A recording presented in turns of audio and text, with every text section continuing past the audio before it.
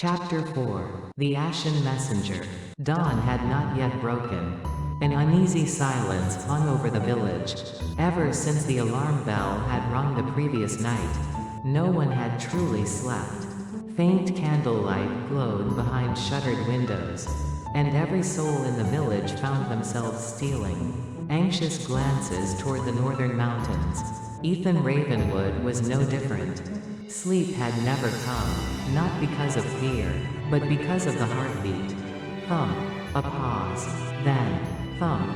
It was still there, somewhere beyond the mountains, far away, yet somehow closer than before. Ethan stepped outside into the cold morning air. The chill bit through his worn cloak, but it barely registered.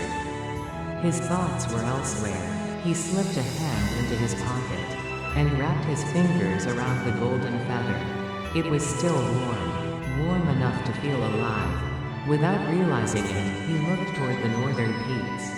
Dark clouds still lingered there, unmoving, like an enormous curtain, hiding something that was never meant to be seen. Then, hoofbeats. At first, they were distant, barely audible, but within seconds, they became frantic. Someone was riding at full speed. A rider. Someone shouted. Doors burst open throughout the village. Men and women rushed into the streets. Ethan followed them toward the village square. A single horse charged through the gates, throwing up clouds of dust, before collapsing to a stop in the center of the square. The villagers gasped. The rider was barely recognizable. His armor had been shattered. His cloak was soaked in dried blood. Deep claw marks scarred the horse's flank. The man slid from the saddle and struck the ground with a heavy thud. No one moved. For a long moment, no one even breathed. The village elder finally stepped forward. Is he alive? The man slowly opened his eyes. His lips had turned pale. Each breath sounded painful. With trembling fingers, he reached beneath his cloak and drew out something wrapped in cloth. A sword, broken almost in half. Yet despite the shattered blade, the hilt still bore the royal crest of the kingdom's northern legion. A murmur spread through the crowd. He was a soldier from the northern fortress. The elder knelt beside him. What happened? The messenger tried to answer. Instead, blood spilled from his lips. After several agonizing breaths, he managed only 2 words. They. His voice cracked. Returned. Silence swallowed the square. What do you mean? The elder demanded. The man's eyes drifted into the distance. He no longer seemed to be looking at the villagers. It was as though he still stood upon the battlefield. The sky. His body trembled violently, split open. The villagers exchanged uneasy glances. No one understood, yet no one doubted him. His terror was too real. What of the fortress? For several seconds, the messenger remained silent. Then he slowly shook his head. Gone. One word, nothing more. The northern fortress, the strongest stronghold guarding the kingdom's frontier for centuries. Gone. The elder's face lost what little color remained. And the knights? The messenger closed his eyes. When he finally spoke, his voice was barely more than a whisper. All dead. A wave of horror swept through the crowd. Some villagers instinctively made the sign of blessing.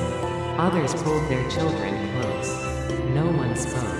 No one dared. Ethan stood motionless, unable to look away. Then something unexpected happened. The messenger's eyes began searching the crowd, as if looking for someone. His gaze stopped. On Ethan. Recognition flashed across his blood-stained face. You. The elder frowned. You know this boy?